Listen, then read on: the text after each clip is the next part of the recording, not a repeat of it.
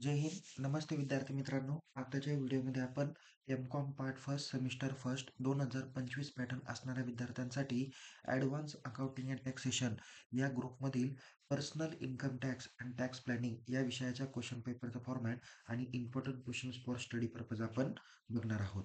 विद्यार्थी मित्रांनो, शैक्षणिक वर्ष 2025-26 पासून या अभ्यासक्रमाच्या पॅटर्नमध्ये बदल करण्यात आलेला आहे.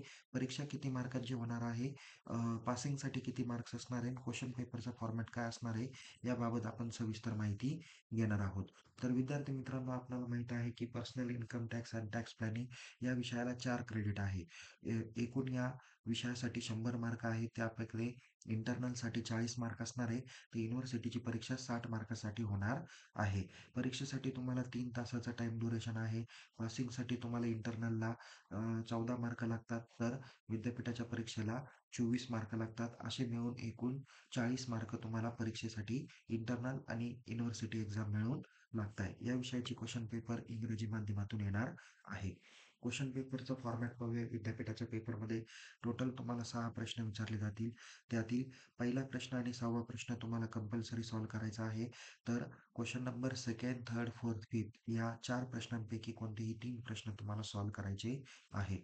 समोर तुम्हाला क्वेश्चन पेपरचा फॉर्मॅट दिसेल. परीक्षेत एकूण 6 प्रश्न असणार आहे.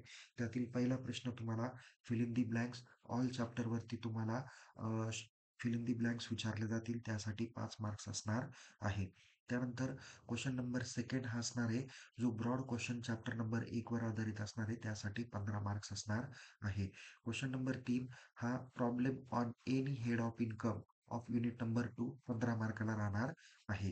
त्यानंतर question number 4 descriptive type question म्हणजेच ब्रॉड क्वेश्चन चॅप्टर नंबर 3 वर 15 मार्काला विचारले जातील. क्वेश्चन नंबर 5 हा प्रॉब्लेम ऑन युनिट नंबर 4 म्हणजे taxable income and tax liability of individual यासाठी 15 मार्काला विचारला जाईल.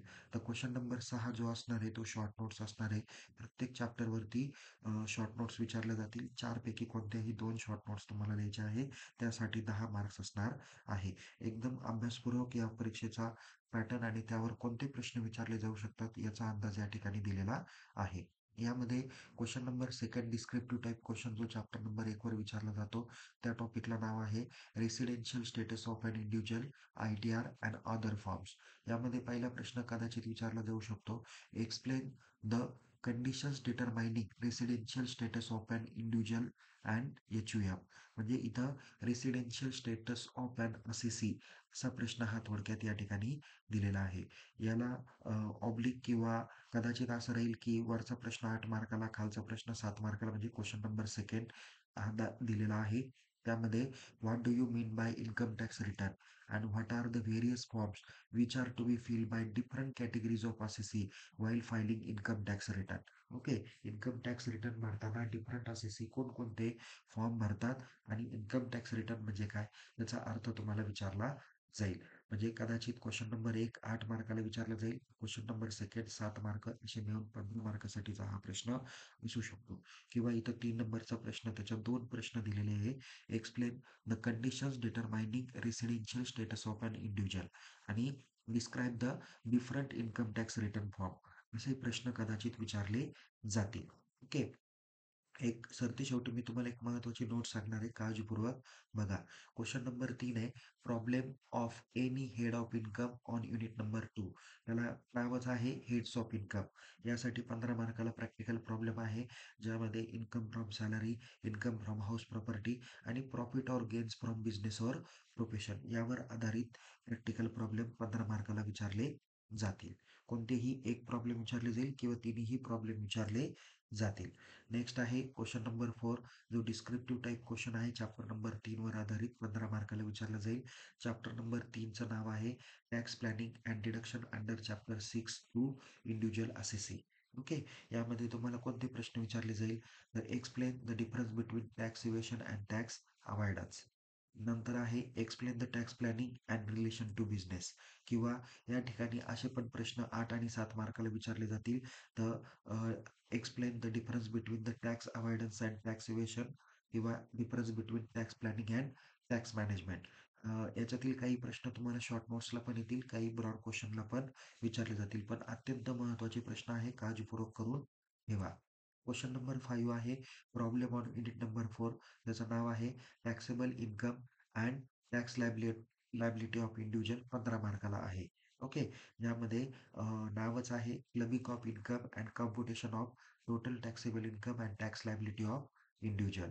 याच्यामध्ये तुम्हाला न्यूमेरिकल प्रॉब्लेम जो काही विचारला जातो तो असा विचारला जाईल, computation of taxable income and tax liability of individual under the old and alternate tax regime. त्याला आपण न्यू रिझिम असं देखील म्हणू शकतो.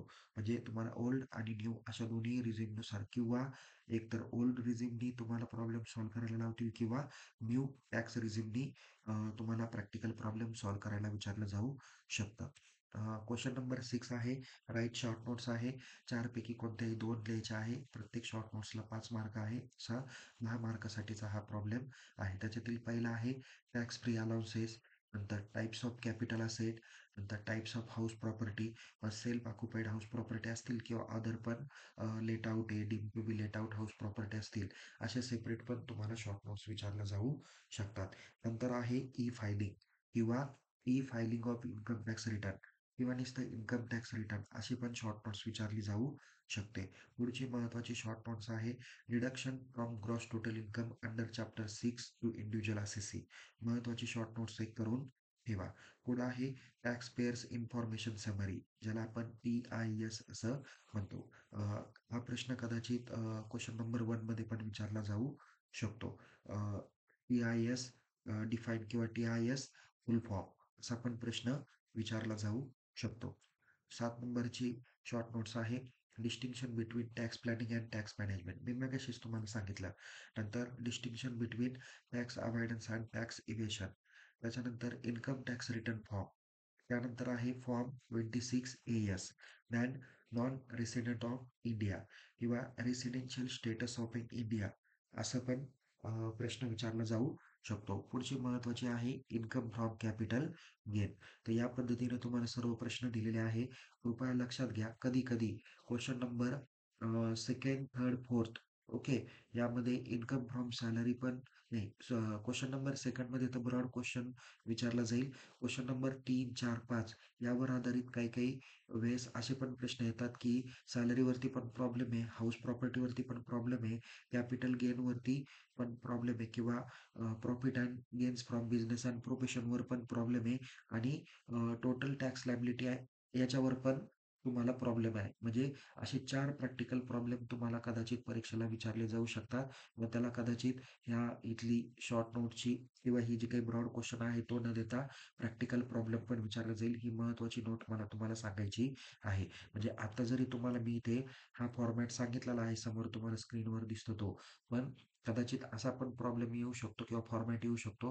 Question 1 fill in the blanks, question number 2 descriptive type question chapter number 1, question number 3 तुम्हाला income from salary, question number 4 income from house property, question number 5 किंवा इथं विचारलं जाईल की taxable income from tax liability of an individual, income and tax liability of individual असा पण तुम्हाला प्रश्न विचारला जाऊ शकतो. म्हणजे इथे तुम्हाला salary income, house property, capital gain किंवा profit and business from gains from business and profession आणि ग्रॉस टोटल इन्कम याच्यावरती 4ही चॅप्टरवरती तुम्हाला प्रॅक्टिकल प्रॉब्लेम सॉल्व्ह करायचे आहे. त्याची तयारी करायची आहे. ही महत्त्वाची नोट्स तुम्हाला सांगितलेली आहे. तर बाकीच्या विषयांचे देखील व्हिडिओ आपण तयार केलेले आहेत, तयार करणार आहोत. आपल्या या व्हिडिओच्या डिस्क्रिप्शन बॉक्समध्ये तुम्हाला ते व्हिडिओ बघायला भेटतील. तर विद्यार्थी मित्रांनो, पुन्हा भेटूया एका नवीन विषयासह, नवीन व्हिडिओसह. तोपर्यंत या व्हिडिओला लाईक करा, शेअर करा, यूट्यूब चॅनलला सबस्क्राईब करा आणि टेलिग्राम चॅनलमध्ये सहभागी व्हा. अपडेटेड पुढच्या सेमिस्टरचे पण नवीन फॉर्मॅट जे काही आलेले असतील ते तुम्हाला पाठवले जातील. याच्या अगोदर किंवा मागच्या वर्षी जे काही पॅटर्न तयार केलेले होते ते 2023 पॅटर्नसाठी आहे. तुमचा आता 2025चा पॅटर्न असणार आहे. तर काळजीपूर्वक पद्धतीने पॅटर्न लक्षात घ्या आणि परीक्षेची तयारी करा. तुम्हाला परीक्षेसाठी खूप खूप शुभेच्छा. Take care. जय हिंद. धन्यवाद.